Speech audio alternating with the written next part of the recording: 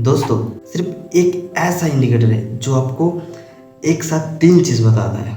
देखो, वो आपको बताता है कहाँ एंट्री हम लोगों को लेना है, कहाँ एग्ज़िट करना है, अभी मार्केट कैसा वॉलेटिलिटी है, फिर मार्केट कौन-सी ट्रेंड में है, अप या डाउन ट्रेंड में, बुलिश बोलो, बेयरिश बोलो, कौन-सी ट्रेंड में, सिर्फ एक इंडिकेटर की हेल्प में। तो चलो उसके बारे में पूरा डिटेल में समझेंगे हम लोग। एकदम बिगिनर हो तो वीडियो को लास्ट तक वॉच करना। इसका नेम है बोलिंजर बैंड्स, जिसको हम लोग कहते हैं बोलिंजर 3 बैंड्स भी कहते हैं। तो चलो चार्ट की तरफ चलते हैं एंड पूरा इसको डिटेल में समझेंगे, क्लोज में, एकदम आराम आराम से। बस वीडियो पे बने रहना एंड वीडियो को लास्ट तक वॉच करना। तो चलो चलते हैं चार्ट की तरफ।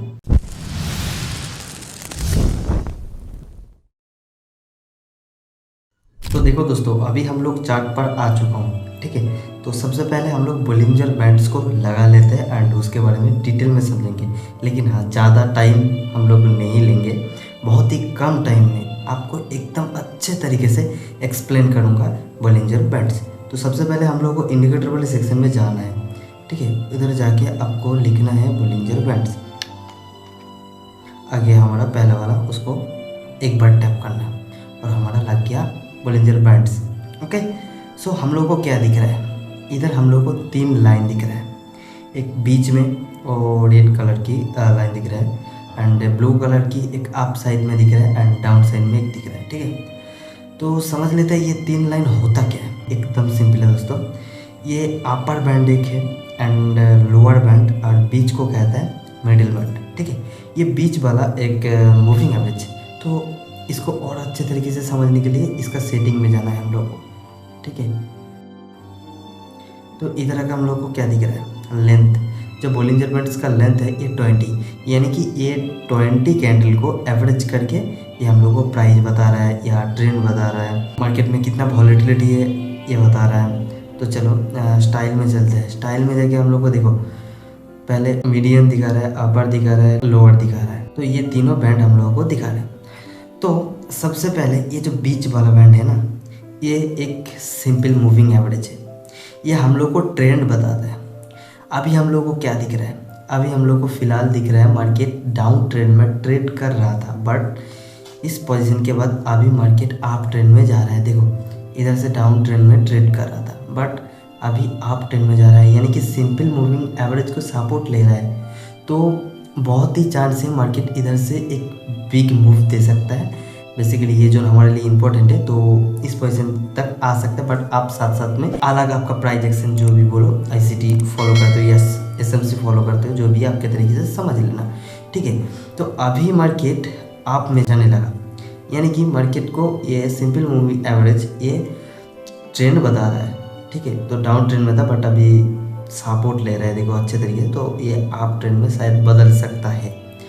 सो ये अपर बैंड हम लोगों को क्या दिखाता है, अपर बैंड टच करके मार्केट अगर नीचे की तरफ मूव करेगा, और साथ में आपको 100% जरूरी है प्राइस एक्शन फॉलो करना। तो मार्केट एक मूव दे सकता है, तो आपको कैप्चर करने के लिए क्या करना पड़ेगा, आपको और भी प्राइस एक्शन दिखना है। तो बेसिकली हम लोग प्रैक्टिकल भी समझेंगे। देखो सिंपल है, बीच वाली जो मूविंग एवरेज है ये हम लोगों को तो पता चल गया कि पहले कैसा ट्रेंड था, अप ट्रेंड था, फिर उसके बाद डाउन ट्रेंड में आया, ठीक है। तो अभी ये अप ट्रेंड में बदल रहा है। तो देखो मैंने क्या बोला हूँ, अपर बैंड से मार्केट टच करके नीचे की तरफ मूव दिया। इस पोजीशन को आप फॉलो करो।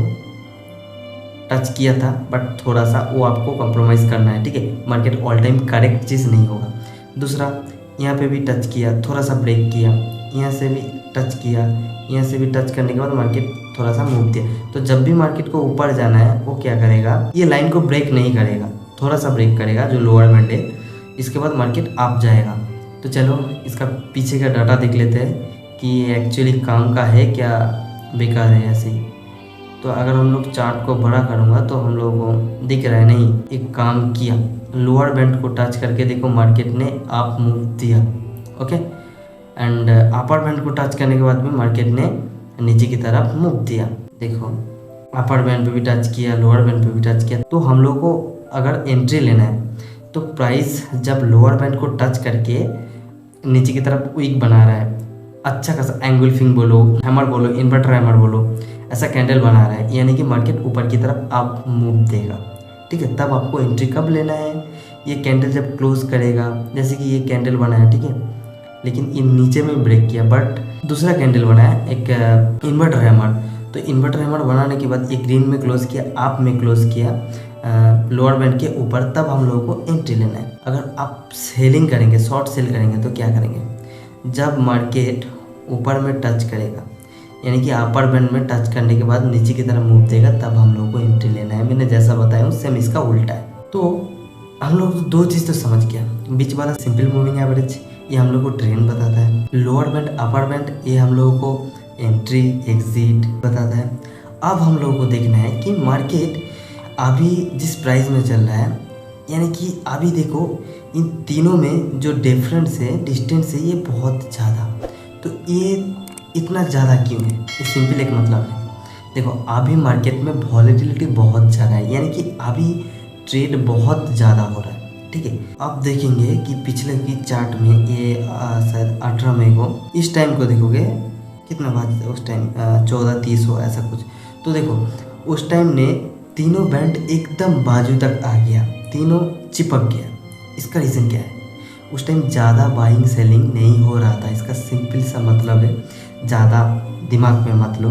तो इस टाइम साइडवेज था मार्केट, और आप लोगों को ये भी दिख रहा है कि कैंडल का हालत देखो कितना बुरा है, और उसके बाद देखो कितना बड़ा बड़ा कैंडल है, यानी कि अभी सबसे ज़्यादा बाइंग एंड सेलिंग हो रहा है। तो उम्मीद करते हैं दोस्तों आप बोलिंजर बैंड्स को अच्छे से समझ लिए होंगे। सिंपली ज़्यादा इसको इंडिकेटर को लेकर सोचना ही नहीं चाहिए। और हाँ, इंडिकेटर यूज़ कीजिए, बट इंडिकेटर के ऊपर डिपेंड मत कीजिए, इंडिकेटर के ऊपर भरोसा मत करो। इंडिकेटर आपकी कंफर्मेशन के लिए काम आएगा। आप प्राइस एक्शन किए हो, आपको दिख रहा है मार्केट आप साइड में मूव करने वाला है, तो उस टाइम आपका जो इंडिकेटर हेल्प करेगा कि इंडिकेटर भी थोड़ा कंफर्मेशन देगा। तो इंडिकेटर के ऊपर डिपेंडेंट मत हो, इंडिकेटर को कंफर्मेशन के लिए यूज़ करो, बस इतना ही है, दैट्स इट। तो दोस्तों उम्मीद करते हैं वीडियो अच्छी लगी, अगर अच्छी लगी तो प्लीज़ एक लाइक बनता है। मिलते हैं नेक्स्ट वीडियो में, तब तक के लिए टाटा।